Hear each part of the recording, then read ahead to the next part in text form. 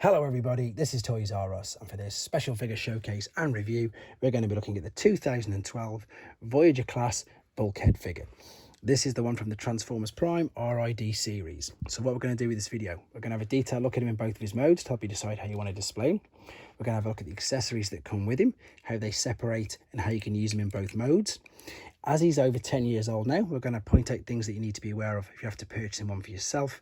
We can also do some comparisons with him and some other Bulkhead figures that have been released along the various toy lines. And as I'm lucky enough to have one still in the packaging, we can have a look at the artwork and all the details on the back of that. Now, before we get started, I'd like to remind anybody who's not subscribed to this channel, if they'd like to hit that subscribe button for me now, please, because it really will help me out. So what we're going to do first and foremost then is some first impressions, and we're going to do that with the robot mode. And the robot mode it's really impressive, and it's exactly, I suppose, his name describes the way he looks. He looks bulky, he looks chunky, and he really is, to be honest. I'm impressed with this figure. Articulation wise, you've got rotation in the head. You can see it's pretty much on a ball and socket inside there.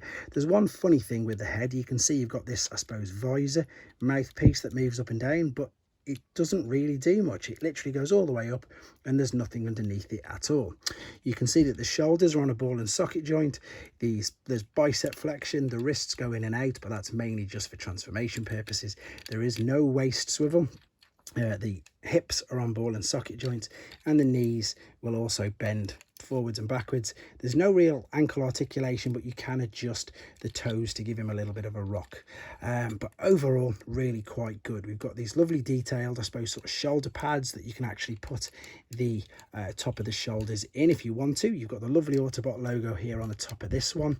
We've got some translucent plastic at the front there, and just quite a bit of nice detail. The fact that you've got the silver contrasting with the grey just makes it look that little bit better, in all honesty. Right, let's have a quick look then at his alternate mode. Now this one is a good opportunity for me to show you things to be aware of, because he doesn't look too bad from this side, but from this particular side you can see that he's missing one of these windows, and that's because that's one of these. This is just again on a tiny little ball and socket joint, and these can become detached and break off really easily. In fact, I was going to see if I can show you inside where you can see it's just on that's what it should be. It should be attached to that little ball and socket joint, so you can see how easy it is to lose them. This guy, unfortunately, as well, is also missing the feet, but you can't really tell. So that's these silver parts here. That's why I've got him in this particular mode.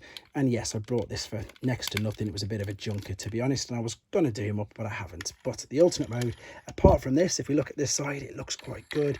You've, of course, got the rolling wheels. Everything's sort of tucked up nice and neat under there. Little bit of detail on the headlights. Translucent window with, again, a little bit of detail on it. And you've got this attachment point here where you can take the I suppose it's like an energon weapon, isn't it? Now there's two parts to this. This actually does come off, but for when we're going to pop it on the roof, we're going to connect it on, and we've got this port here, and then if you press this ball swings forward and swivels round. Now usually this would light up red. I can show you that in the boxed one in a second, but it's when you press it forward, you can see you've got this spinning motion on it as well, which gives it that little bit of a nice touch. So we can pop this up on the roof like so, and there you go. You can spin it down. It's got a lovely little bit of attack with a bit of a battering ram there on the side as well. There isn't any other ports on the vehicle you can see to attach anything, but again, I think the clue is in the title, or I suppose the name. It just describes him perfectly. He is a bulky, chunky figure. I'm going to quickly show you the instructions. The reason I'm going to show you these is because I liked these. I like the Transformers Prime instructions. Two reasons. One, because they were quite easy to understand, but the main reason is you've got on the one side, you've got robot to car, and then this is missing off all the new ones now. You've got the reverse car to robot, and I know it shouldn't really make much of a difference, but sometimes it's not just as simple as going backwards, and it can sometimes obviously be a little bit tricky. Right, before we do some final thoughts and see how you can use his accessories here, I'm just going to have a quick look at the one in the packaging for you. So as you can see, it is Transformers Prime, which was the cartoon that was being aired at the time. It is under the Robots in Disguise banner. We've got a bit of artwork there for him, which, to be honest, doesn't really look like him at all. If I press the button in here for you now, can you see the red light lighting up? I don't know if you can. Oh, it's coming underneath there. Maybe it'll shine just under there. Yeah, you can just see it reflecting onto the back of the packaging. It's not very impressive in there, but I'm not going to be getting this guy out. So this is the number 4th Voyager. You see he's got his reference number there in the toy line. That's a bit of better, I suppose, artwork or an actual image from the Transformers Prime cartoon of him. If we look at the back, you can see here it's got the fact that it says his weapon converts and glows. There he is in robot mode, although that picture's missing the Autobot logo off. And there, of course, is him in his alternate mode. And there is the main Transformers Prime artwork that they used to advertise that particular cartoon. So let's have a quick look then, before we do some comparisons, at how we can use his accessories in robot mode. So I'm going to take it off the roof of this. And as I say, what I'm going to do is I'm going to separate it first and foremost. You can take this off. You can pop this in a hand if you want. Literally pop it in his hand. Or you can pop it on the side, like so. So it is a bit more like a battering ram. You can swing his arm around with some force with that. You can see he stands really quite well, to be honest. Even though he's got this big backpack kibble on the back of him, he does stand quite well, even balancing up on carpet. And then again, you've got the choice with the actual weapon. You can pop it in his hand, like so. And now this is where it just gets a little bit tough to get him to balance. And you can also attach it to his forearm. So when he's in robot mode, you have got more choices of how to use the weapons and how to display it, etc, etc. It just makes him, as you can see, that a little bit more difficult to balance and pose. So I suppose you can counterbalance there. Obviously I've put that one arm behind, but again, looks good. It does display, even though this is damaged and missing parts, it's not too bad from this side. So I think he displays, you know, really well in both particular modes. Now, there has been a few other Bulkhead figures that have been released. I don't have them all. We can do a couple of comparisons right now, though.